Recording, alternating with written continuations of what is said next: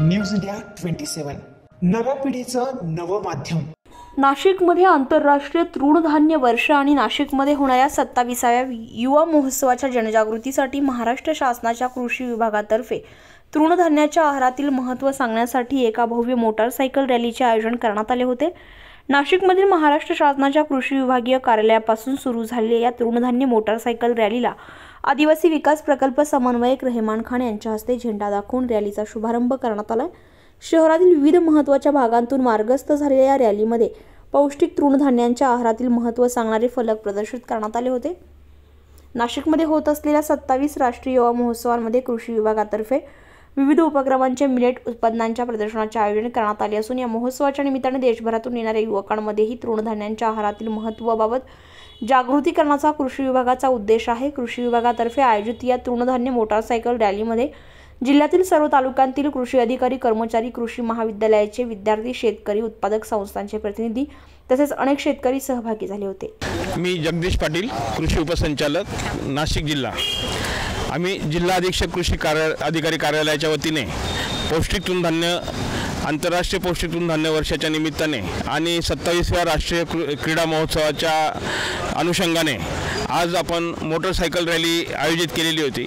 याचा मुख्य उद्देश लोकांच्या आहारात पौष्टिक तृणधान्य, मग त्याच्यात बाजरी, ज्वारी, नागली, राळा यांचा समावेश व्हायला पाहिजे। त्याचा आहारात जास्तीत जास्त समावेश झाला तर त्याच्यामुळे आहार आपलं प्रकृती सुदृढ राहते। जे काही आता नवीन आजार होत आहेत त्यातल्या त्यात डायबिटीस असेल, BP असेल, याच्या हिमोग्लोबिनचं प्रमाण कमी होणे, अॅनिमिया असतील, तर याच्यासाठी ह्या पौष्टिक तृणधान्याचं खूप महत्त्व आहे। हे आपल्या या महाराष्ट्र प्रदेशात मोठ्या प्रमाणात पिकत होते, परंतु कालांतराने आज जे काही रेशनवर फक्त गव्हाचं प्रमाण वाढलेलं असल्या कारणाने शाळेतल्या मुलांना देखील गव्हाचाच आहार जास्त मिळतोय। खेडोपाडी गव्हाचा समावेश जास्त झाला असल्या कारणाने पौष्टिक तृणधान्याकडे दुर्लक्ष झालं आणि त्याच्यामुळे विविध व्याधी वाढल्या। तर शेतकऱ्यांचं हे जे मुख्य पीक आहे त्या मुख्य पिकामध्ये बाजरी, ज्वारी, नागली, नाचणी, राजगिरा यांचा समावेश होता, परंतु लोकांना याचा आहारात महत्त्व माहीत नसल्या कारणाने त्याचा खपही कमी होत आहे।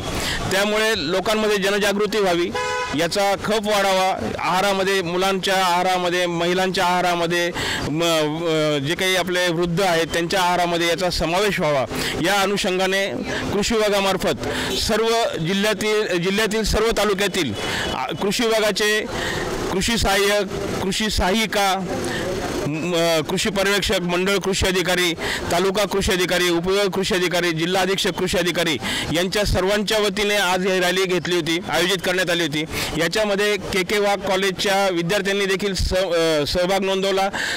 शहरातल्या काही प्रतिष्ठित संस्थांनी, त्यातल्या त्यात बगर उत्पादक संस्थांनी याच्यात सहभाग नोंदवला आणि ही रॅली आज नाशिक शहरातून विविध भागातून आयोजित करण्यात आली। त्याच दरम्यान आपण पथनाट्यसुद्धा आयोजित करण्यात आले होते। पथनाट्यातून हा संदेश देण्यात आला कृषी विभागामार्फत की आपलं आहारामध्ये यांचा समावेश वाढवावा। कृषी विभागामार्फत याचे विविध पदार्थ देखील आज आपण विविध ज्या काही संस्था आहेत, महिला बचत गट आहेत यांच्यामार्फत राबवण्यात वापर वाढवत आहोत। त्यांचे विविध कार्यक्रम आपण गेल्या वर्षभरात आंतरराष्ट्रीय पौष्टिक तृणधान्य वर्षाच्या निमित्ताने आयोजित केले होते। मकर संक्रांतीचा दिवस आम्ही मिलेट ऑफ द इयर बाजरी या नावाने लोकांमध्ये प्रसार केला। विविध शाळा, कॉलेजेस, महाविद्यालय यांच्यामध्ये देखील आपण विविध कार्यक्रम घेतले, जेणेकरून याचा खप वाढवून शेतकऱ्याचं राहणीमान, शेतकऱ्याला 2 पैसे मिळतील, त्यांच्यामध्ये याच्याबद्दल पिकवण्याबद्दल जे काही खर्च होतोय तो निघण्यासाठी, त्यांचं राहणीमान उंचावण्यासाठी याचा उपयोग होईल। त्याचप्रमाणे जी शहरातली माणसं आहेत, जी काही आता आपल्याकडे बऱ्याच वेळा बघितलं तर कुरकुरे, बिस्किट यांच्यावर जास्त महत्त्व दिलं जातं आहे, पण यांचंच कुरकुरे, बिस्किट याच्याऐवजी इडली, बिस्किट, ज्वारी, नाचणी, बाजरी या पिकांचा बनवण्यामागे आपण बऱ्यापैकी लोकांना विविध उपक्रम दिले। मुख्यमंत्री अन्न प्रक्रियामधून कृषी न्यूज इंडिया मराठीसाठी हेमंत काळमेघसह अश्विनी पुरी, नाशिक।